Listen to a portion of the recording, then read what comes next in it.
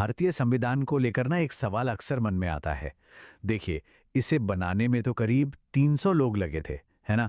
लेकिन जब भी इसका जिक्र होता है तो श्रेय सिर्फ एक ही इंसान को दिया जाता है। ऐसा क्यों? तो चलिए, आज इसी पहेली को सुलझाते हैं और देखते हैं कि सच्चाई क्या है। ये बात थोड़ी सोचने वाली है। सही कहा ना? एक तरफ तो देखिए एक पूरी की पूरी सभा थी, लगभग 300 सदस्य, और दूसरी तरफ बस एक नाम, जिन्हें हम इसका मुख्य वास्तुकार मानते हैं। मतलब इतने सारे लोगों की मेहनत थी, तो फिर कैसे सिर्फ एक ही नाम सबसे आगे आया? इसके पीछे की कहानी क्या है? तो सवाल सीधा यही है कि आखिर क्यों डॉक्टर बी.आर. अंबेडकर को ही भारतीय संविधान का जनक या father of the Indian constitution कहा जाता है। चलिए इसी सवाल का जवाब ढूंढते हैं एकदम तह तक जाकर। अच्छा, तो जवाब ढूंढने के लिए ना हमें सबसे पहले आधिकारिक स्ट्रक्चर को समझना होगा, मतलब वो 7 सदस्यों वाली कमेटी जिसने ये सब शुरू किया। तो देखिए, हुआ ये कि संविधान सभा ने एक बहुत ही जरूरी कमेटी बनाई, ड्राफ्टिंग कमेटी। इसमें कुल 7 सदस्य थे और इसके अध्यक्ष, मतलब जो इसे लीड कर रहे थे, वो थे डॉक्टर बी.आर. अंबेडकर। अब ये ड्राफ्टिंग कमेटी का काम क्या था? देखिए, इनका काम सिर्फ संविधान लिख देना नहीं था। असल में बहुत सारी दूसरी कमेटियों ने अपनी अपनी रिपोर्ट्स दी थी, तो इस कमेटी का काम था उन सब रिपोर्ट्स को पढ़ना, समझना और उन सब के आधार पर एक कच्चा ड्राफ्ट तैयार करना, मतलब एक ऐसा दस्तावेज जिस पर फिर पूरी संविधान सभा बहस कर सके। कह सकते हैं कि ये देश के भविष्य का पहला ब्लूप्रिंट तैयार कर रहे थे। और देखिए, दिलचस्प बात यह है कि डॉक्टर अंबेडकर ने खुद कभी सारा क्रेडिट नहीं लिया। उन्होंने हमेशा कहा कि इसका श्रेय सर बी.एन. राव और ड्राफ्टिंग कमेटी के बाकी सदस्यों को भी जाता है। ये तो हुई वो कहानी जो हमें आधिकारिक तौर पर पता है, लेकिन असलियत इससे काफी अलग थी। तो अब आते हैं असल कहानी पर, जो चौंकाने वाली हकीकत है। ये कमेटी असल में बस नाम की ही कमेटी रह गई थी। तो सवाल उठता है कि बाकी के सदस्य कहाँ थे?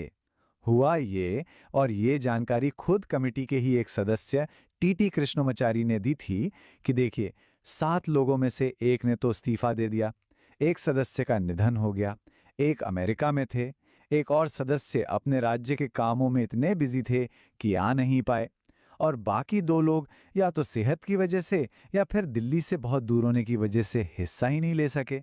तो सोचिए, 7 लोगों की टीम में से काम करने वाला कौन बचा? और यही बात टी.टी. कृष्णमाचारी ने 1948 में संविधान सभा में कही थी। उन्होंने साफ साफ कहा कि संविधान का मसौदा तैयार करने का सारा भार डॉक्टर अंबेडकर पर आ पड़ा। उनके ये शब्द ही सबसे बड़ा सबूत हैं। इससे पता चलता है कि असल में ये काम एक ही व्यक्ति की कड़ी मेहनत का नतीजा था। तो अब सवाल ये उठता है कि वो अपरिहार्य वास्तुकार, मतलब the indispensable architect doctor Ambedkar ही क्यों थे? उनमें ऐसा क्या खास था कि वो अकेले ही ये पहाड़ जैसा काम कर पाए? एक बहुत बड़े पॉलिटिकल बायोग्राफर माइकल ब्रेचर ने उन्हें फील्ड जनरल कहा है। मतलब वो सिर्फ ड्राफ्ट नहीं लिख रहे थे, वो तो बहस के मैदान में एक सेनापति की तरह थे, जो हर सवाल का जवाब दे रहे थे, हर मुश्किल को संभाल रहे थे और पूरी बहस को एक दिशा दे रहे थे। उनकी भूमिका ना कई हिस्सों में बटी हुई थी। पहली बात, कानून की उनकी समझ का कोई मुकाबला नहीं था। कोई भी पेचीदा मसला हो वो उसे सुलझा लेते थे। दूसरा, जब किसी मुद्दे पर बहस अटक जाती थी तो वो सबको एक साथ लाते थे, एक आम सहमति बनाते थे। वो सिर्फ इसी कमेटी में नहीं बल्कि कई और संवैधानिक कमेटियों के भी सदस्य थे। असल में उनकी गहरी राजनीतिक और कानूनी समझ की वजह से ही उन्हें चुना गया था। और उनकी सबसे बड़ी खासियत थी कि वो 2 अलग-अलग या विरोधाभासी विचारों में भी संतुलन बना लेते थे।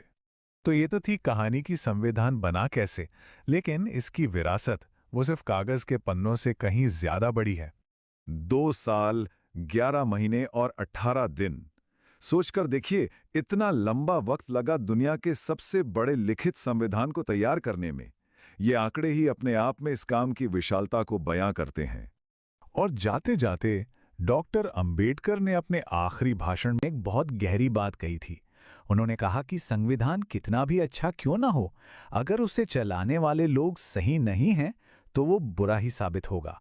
और संविधान कितना भी बुरा क्यों ना हो, अगर उसे चलाने वाले लोग अच्छे हों तो वो अच्छा साबित हो सकता है। मतलब असली ताकत सिर्फ किताब में लिखे शब्दों में नहीं है, बल्कि उन लोगों में है जो उसे लागू करते हैं, जो उसे जीते हैं। और इसी सोच के साथ हम आज की बात खत्म करते हैं, एक सवाल के साथ कि किसी संविधान की असली ताकत क्या है?